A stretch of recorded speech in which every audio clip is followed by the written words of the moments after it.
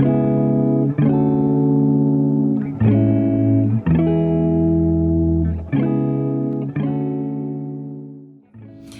everyone, welcome to my channel. I'm Elizabeth, and if this is the first video you're seeing, this is a book YouTube channel where I recently started, but I am planning on talking about books, doing reading vlogs, reviews, and just talking about books.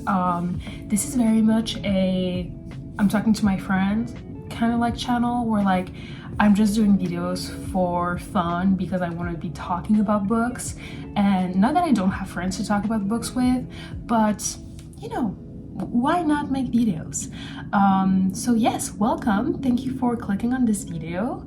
As you've probably seen, this is going to be a Sarah J. Maas themed video. I thought that doing a video like this would be a great introduction for my channel, just because I feel weird just doing like an introduction video where I'm like, hi, my name is Elizabeth.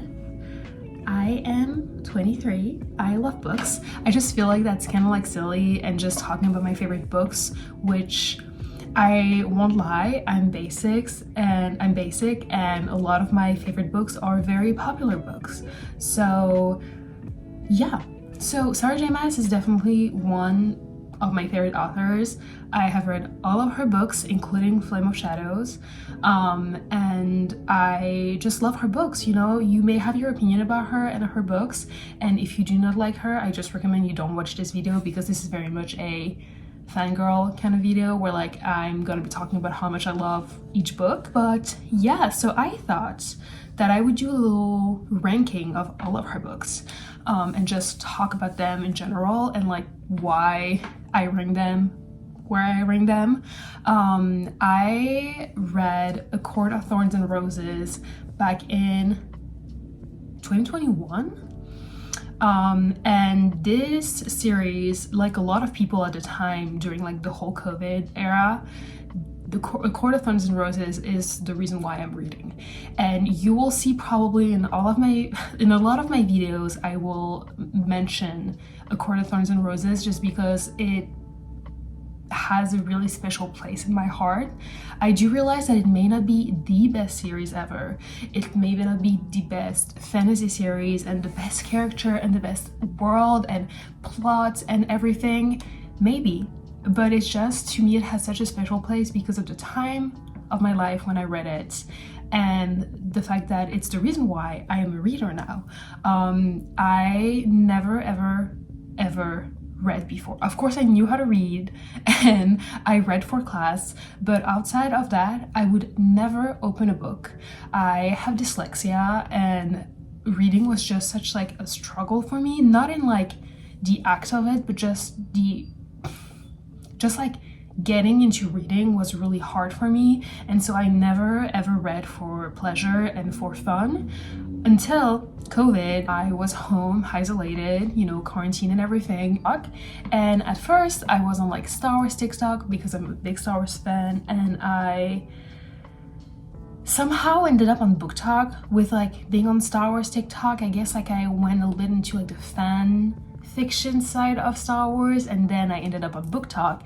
And at the time, it's when A Court of Silver Flame came out, and so everyone was talking about ACOTAR, and I was like, I don't know, I literally don't know what happened, but I ordered the entire series on Amazon.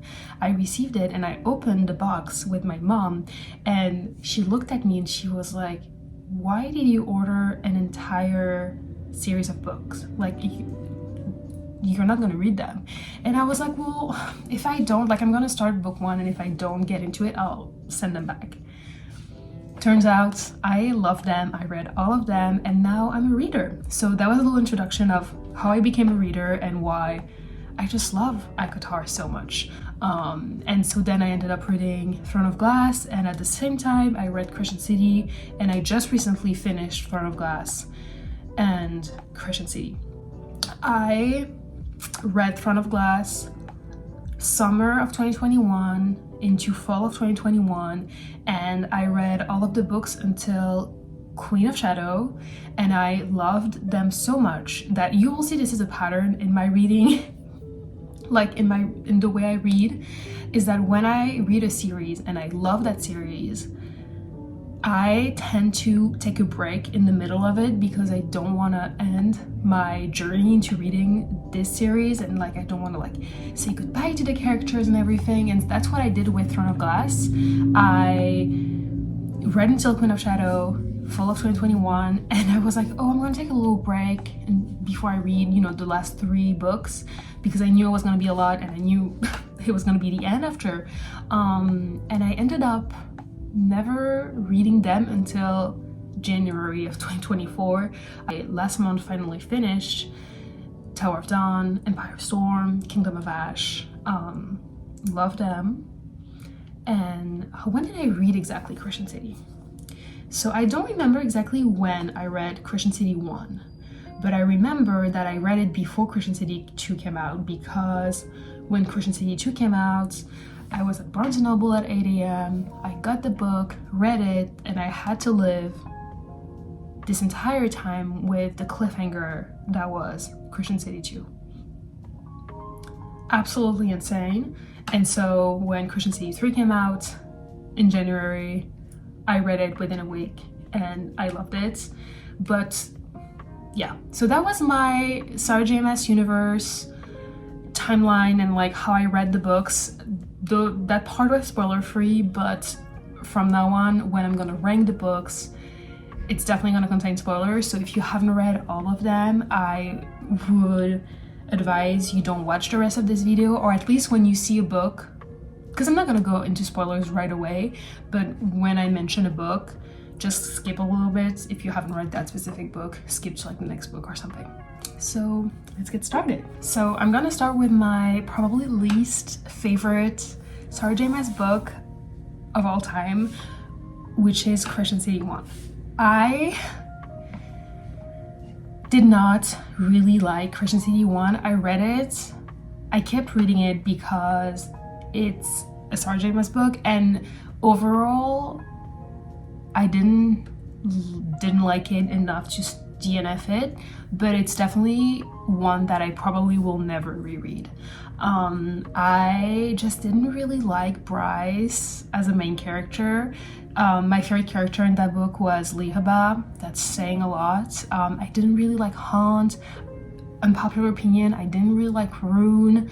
I just like didn't really like any of the main characters, which if you don't like any of the main characters when you're reading a book, then why you're reading it? Again, I kept reading it because it's an author that I really like, and I still liked some aspect of the book, but another thing is that I am not an urban fantasy reader, or just contemporary romance, or just books in general are like my least favorite kind of books. So that added a lot for me. Like the characters wearing jeans, going to the gym, having phones, really like almost give me the ick. Like if I'm reading a book and I see elements of the world that I am living in, it just really gives me the ick. Like that's one of my biggest book ick, is reading worlds that feel too much like ours. And the Crescent City world definitely, as much as it is still a fantasy world, definitely feels like our world. So I am not a Crescent City fan, but my opinion definitely changed for the next 2, but I'll talk about them as I rank them more.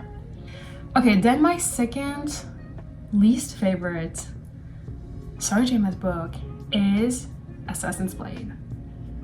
And again, I know this is a really, really unpopular opinion, but here's the reason why I did not enjoy reading it. I started reading Throne of Glass. I, Googled what is the best reading order for Throne of Glass, and most of the people that I read opinions of were saying, you must read Assassin's Blade after Heir of Fire, before Queen of Shadow. And so I saw that opinion so much, I was like, okay, that sounds good. I'm gonna do that. And it just didn't work for me. I just knew what was gonna happen at the end, and that really like removes a lot of the enjoyment for me. So that really what ended up happening for Assassin's Blade, just because everything that happens in Assassin's Blade is slowly being mentioned in all the books leading up to Heir of Fire and Queen of Shadow. I just ended up being so bored, so incredibly bored when I read it.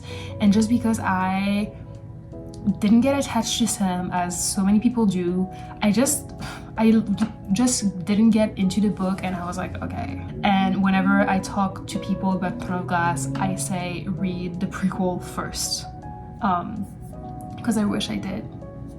And whenever I do reread, I will read Assassin's Blade first, and I'm really hoping that it will change my perspective on that book. But so far, it is definitely one of my least favorite SJM books. Okay, then we have House of Sky and Breath. Is that how it's called? Yeah, Crescent City 2. Okay, so Crescent City 2. I think that my problem with Crescent Cities in general is that there's just too much going on.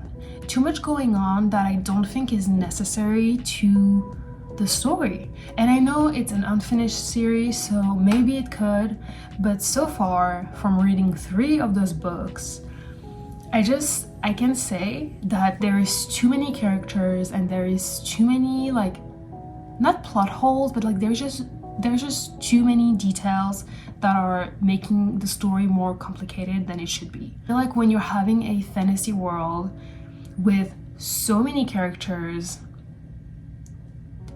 again, a fantasy world that is already like a made-up world, if you add so many like subplots and like sub character plots and like little details, and it just makes it really hard to just keep up with the story. And honestly that's my main problem with all of the Crescent City books, is that I feel like there's just too much going on with too many characters. The reason why Crescent City 2 is not lower on the list, the reason why it's not before Assassin's Blade, is because of the ending and the cliffhanger. Because I myself personally love a cliffhanger. I love a book that has a cliffhanger that makes me want to go into the next book right away. Now, did I suffer for 2.5 years waiting for Crescent City 3? Yes. But did I like it? Yes. But yeah, honestly, the best part about Crescent City 2 is that cliffhanger and the prospect of what's gonna happen in the third one.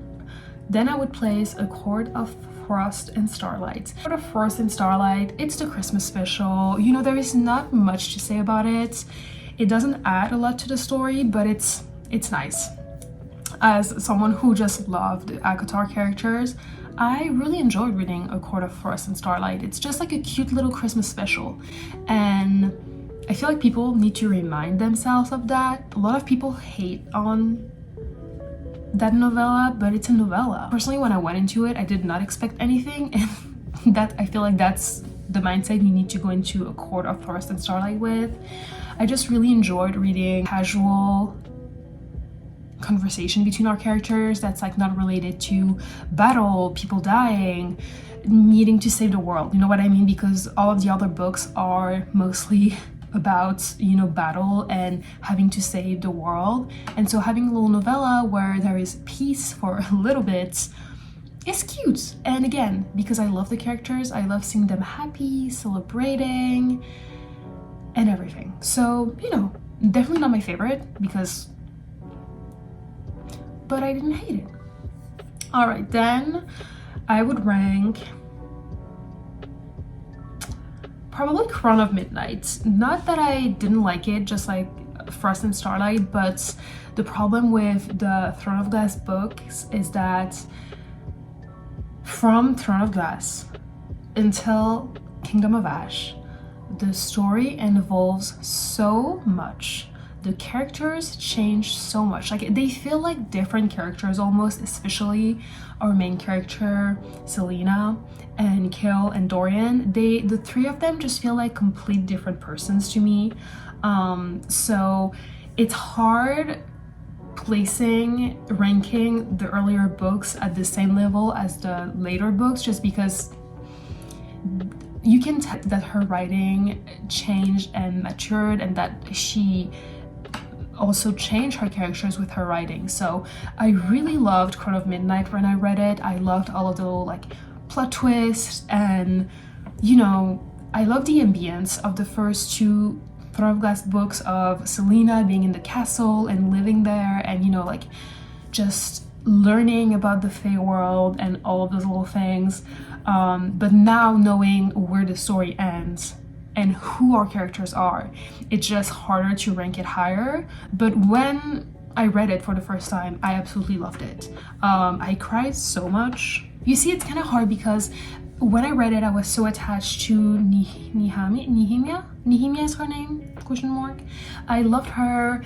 I was so attached to her. I cried so much when she died. And then I feel like she was never mentioned again until like Kingdom of Ash, where there is like a slight mention of her. And I feel like Sarah J. Maas tried to like tie her back into the story somehow. But I feel like she really did it because she realized that her character had been pretty useless. But yeah, that is in part why I would rank Crown of Midnight lower than any other Throne of Glass books, not counting Assassin's Creed. All right, then I would place Tower of Dawn. I enjoyed Tower of Dawn so much more than I expected it. I did the tandem read with Empire of Storm, and I am so glad I did. I don't think that if I had read Tower of Dawn by itself, I would have enjoyed it as much as I did. Especially because I went into Tower of Dawn having very specific prediction for the book that ended up being completely wrong, which I'm glad. I went into Tower of Dawn thinking that Cale was gonna betray Aelin and that he was gonna turn into a villain. I don't really remember why I felt that, because again, I read Crown of Midnight, sorry. I read Crown of Midnight in 2022, and then I picked up Tower of Dawn in 2024. So it had been a while, and I do remember the overall plot of Queen of Shadow, but I definitely did not remember why I thought that Cale was gonna turn against Aelin, but I was so certain that he was going to become a bad guy. I was so certain that somehow he was going to betray her and was going to be like, with Maeve, was going to be like our main villain in the last book, but I was really glad that he did not become a villain. It would have been a great plot twist, to be honest, just because he had been a good guy up until now, and I do like a big like character plot twist where someone turns into a villain. But overall, I was glad that he did not, because I actually loved him so much in this book. Not that I didn't like him before, but I just like was pretty like no opinion about Cale, like he was there. But in this book, like seeing his struggle and his trauma was really interesting, and seeing his relationship with Erin like grow, and his allegiance to Aelin were really interesting, and I really liked reading his side of the story. Now it's ranked in the middle because more of a character-based story, this book, than a plot. Although his character is so important to the plots, it's definitely more character focused. And I also did not care about, what's her name? Nesrin? The other POV in that book. I just did not care about her. She was too much, it was just too much added to the story, to the plot, too much POV. I read her POVs, but I was really bored. So yeah. Okay, then I ranked Throne of Glass. Throne of Glass, it's our first book. I loved the universe. It's hard, as I just said, it's hard like ranking Throne of Glass, knowing how much the story changes, but thinking just about Throne of Glass, I remember reading it and having vivid visual of the world and of the castle and of the action and of everything. Like I am a very, I don't know how it's called, but like I am the kind of reader who can see very well the scenes in my head. The only thing that I cannot really see are facial features. Like I can see someone, but their face are not really like defined, it's pretty blurry, but otherwise like I can see like landscape and like everything else, like all of the other settings, I can see them like very, very detailed. But I don't always see them detailed when I read. It depends on how much I like a book. And when I read Throne of Glass, I just like, and I can still remember, like I can still see it as I'm talking about it, exactly how I visualized her room in the castle and like the secret passage and the whole like assassins like battle combat thingy. Like I just love the setting of the book, and I love Selena, and I loved it so much. Nothing more to say. I just really liked it. Okay, then we're entering like before my favorites. Like the next 3 books that I'm going to be talking about are almost favorites, but they're not. Empire of Storm, amazing, cried, huge cliffhanger, huge plot twist at the end. I loved it so much and I feel like I'm gonna say that about all of the next books, and there's not gonna be a lot of explanation, but I just loved our characters. I liked the development of characters in that book. I really liked Lorcan and Elide. I really liked their like story and their little like enemies to lovers, and I also really liked the plot twist at the end. I really liked that Lorcan actually betrayed Aelin. I mean, not that he really betrayed her, because he was never on her side until then, but I just like, oh my god, like what a plot twist and what a cliffhanger. Like I cannot imagine being a Throne of Glass reader when that book came out and having to wait how many months or years she took to write Tower of Dawn and Kingdom of Ash. Like that must have been insane. Yes, I just really liked our characters. I really like how much older they felt from the previous books. I just feel like they aged in that book. They really like, because of everything that happens to them, especially like Aelin and Dorian, I feel like because of everything that has happened to them, you can see that they've matured. Now, is it in a good way because they have trauma? I don't know, but I just really liked feeling that way, like reading those characters and seeing that, oh wow, they've changed. Because one thing that I don't like is reading a series and just the characters don't change. Like, no. Okay, then pretty much at the same, again, like this is not, I like this one more than that one. It's just they are overall on the same ranking. I have Queen of Shadow. Here's the thing. I don't remember a lot about Queen of Shadow, as I said, but I remember loving it. Don't remember. Let me Google that.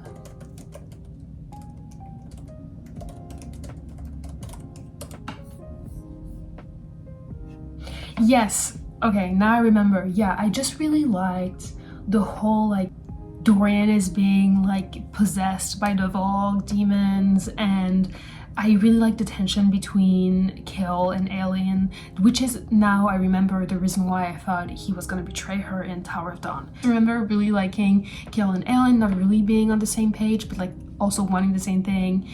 Dorian being possessed, and then Manon being the one who was like, which killer? The demon is the human that's still inside of him. That was quite iconic, and it changed everything. Yeah. Okay, let's get back to the other books. All right, after that we have A Court of Silver Flames. A Court of Silver Flames. Out of all of the ACOTAR books, not including Frost and Starlight, because I just don't consider it like a main book in this story,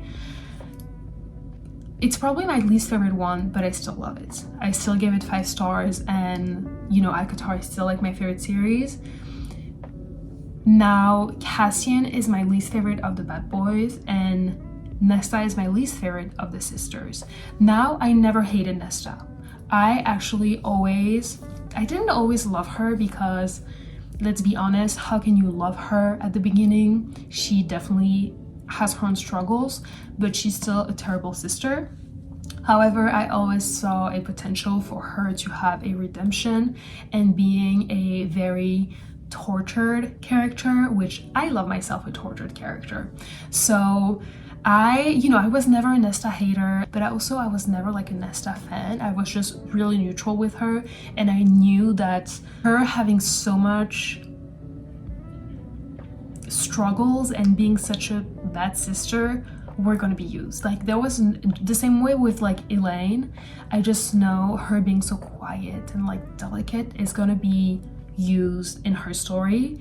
So I enjoyed Silver Flames. I actually loved Nesta's whole journey to, I don't think she's good, but being better and dealing with her trauma and her struggles. I think that a lot of people can relate to her, and even I, at the time when I read it, could relate to her and her struggles and her grief and trauma surrounding her dad's death and her mother's death were really relatable for me at the time, and I found a lot of comfort in seeing her find a way to get better. And like, yeah, that's really it. But again, like, Cassian and Nesta, not that I don't like them, but they're just, out of all of the characters in the ACOTAR world, are probably some of my least favorite. So I liked it, but yeah, that was it. Okay, then we're entering my absolute favorites of all times. We have Kingdom of Ash and Heir of Fire. I don't know why I love Heir of Fire so much. I think it's because of the whole Aelin and Rowan little situation, but I just love Heir of Fire. It's probably still, to this day, my favorite Throne of Glass book. I just loved seeing Selena / Aelin, and I just loved her like being reborn. Not that she's discovering who she really is, because she always knew, but she like was hiding it from everyone and even herself. And just like her whole journey of accepting who she is and her power and her descendants was so good. I absolutely loved it. So yeah, I think that's why it's my favorite Throne of Glass book. And I also really loved the introduction of Rowan, and I loved that he wasn't in love with her right away, although it was pretty quick, but you know, I like a little enemies to lovers. Then we have Kingdom of Ash. There is really no explanation to Kingdom of Ash. Usually the last book of a series is often one of my favorites, just because it's usually really emotional and really powerful, and that's very much how this one felt. I was so sad that it was over. I love that it's an happy ending. Now, I still wish someone more important had died. That's like one of my main complaints about Sarah J. Maas, is that she never kills anyone. And I just feel like after everything that happened in the Throne of Glass history, someone else would have died. Like, I was expecting someone like Lysandra or Hadian to die. Not that I was expecting Hale or Dorian or Aelin or Rowan, but I was expecting more people to die. But yeah, I still really loved it. I feel like it's very much giving the last book of a series, like big battle. We think people are gonna die, but they don't die, and then it's an happy ending. I will say the part where Aelin says goodbye to Kale and Dorian had me crying so much. The way she's like, I will see you again. I was like, because I forgot that they basically now they all live on different continents and they live so far away from each other, and this whole story started with the three of them being like just friends hanging out in a castle, reading books and fighting assassins. It's just, you know, I think the reason why I was so emotional reading Kingdom of Ash is, again, comparing the first book and the journey to that last book. All right, then we have A Court of Wings and Ruin. I loved it. It's actually, I think, my favorite story-wise, plot-wise, it is my favorite ACOTAR book. I think that the story of ACOTAR and the plot of ACOTAR is just for me, it's the perfect amount of plot / character / romance. Although it's definitely very romance orientated, but there is definitely a world, and there is a plot, and there is a battle, and there is bad guys, villains, good guys, you know, and everything makes sense, and it's not hard to understand. And I think that's why I enjoyed the ACOTAR series so much, is because I know what's going on compared to Crescent City. I'm not confused. There isn't too many POVs. There's actually only one POV, but like, you know what I mean? Like, it's a story with plots and subplots, but it's easy to understand. Yes, I just really liked the little like plot twist in it, and I do like that Tamlin had a little redemption, because my second favorite Sarah J. Maas book is A Court of Thorns and Roses. I know people, listen, you need to hear my explanation for why I will always love A Court of Thorns and Roses. I will always choose and love A Court of Thorns and Roses because of what it means to me. Now, do I hate Tamlin? Yes. When I reread it, do I still love him? Yes, because as I explained at the beginning of the video, reading ACOTAR was just literally, and I know this is gonna sound cringe, but it was an out-of-body experience for me. It was the first time that I was reading a book and enjoying it. And I was reading ACOTAR and I was literally seeing around me the world. That, especially like, I will always remember when I read the scene where they go to this like lake that's shimmering, and they're like lounging in the grass, and it's like, it's sunny outside, and I read it in the spring of 2021, just as the spring was like coming out, and it was like sunny outside, and I was reading outside. It just like, again, felt like an out-of-body experience. Like, I was outside reading in the sun, and I could see it. I could see the lake, I could see the characters, I could feel the sun on my skin, and so it felt like I was in the book, literally. So because of like my experience of reading ACOTAR was so amazing, I will always rank it high. No matter of like how the character of Tamlin turned, and no matter like the fact that the story has changed so much since then, I will always cherish the first book so much. Again, I would not be reading if it weren't for this first book. I just love the ambience of this first book. I loved the spring court, and I loved Farah being human, and you know, the whole like there is no one in the spring courts, and her being like torn between, it's a Beauty and the Beast retelling, so her being torn between loving Tamlin but also realizing that he captured her. I just really like that, and again, my attachment to that book is much more because of the vibe of the book rather than the actual story. Although I do love the story. I love the whole like trial, and her, once like Tamlin sends her back to the human world to like save her and like sacrifice himself, she still went back to save him. And I think that she still loved him at the time, and that he loved her.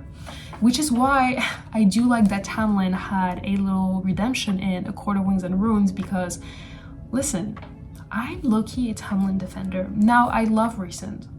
Recent is my book husband. He's not even my book boyfriend, he's my book husband.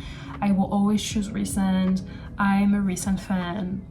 But I do think that we hated on Tamlin a little too much. I could do an entire video as to why I think people hated on Tamlin too much, but basically I just think that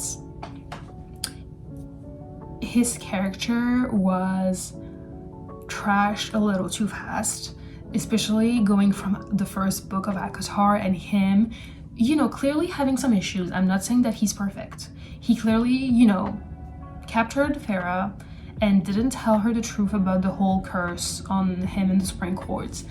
But he still protected her, and when the time came to go to Amarantha, and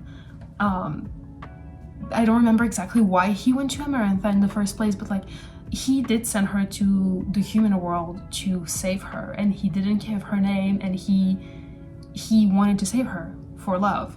And Farah is the one who decided to come back. And yes, I do really think that we hated on Tamlin a little too fast, and that his character arc into a villain was lacking a bit of depth.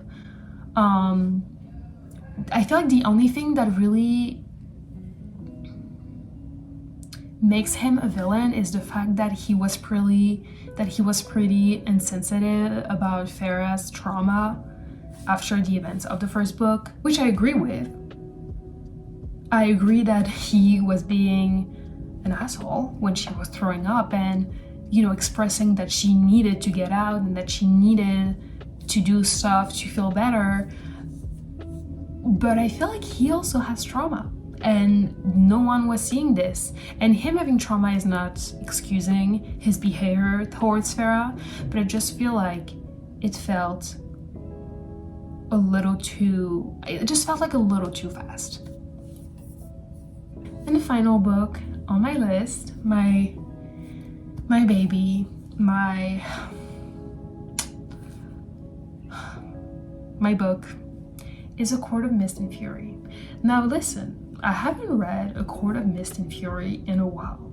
I have never reread it, which I'm planning on doing this spring, but the same way, like, my feeling about A Court of Mist and Furies are almost the exact same as ACOTAR, like the first book.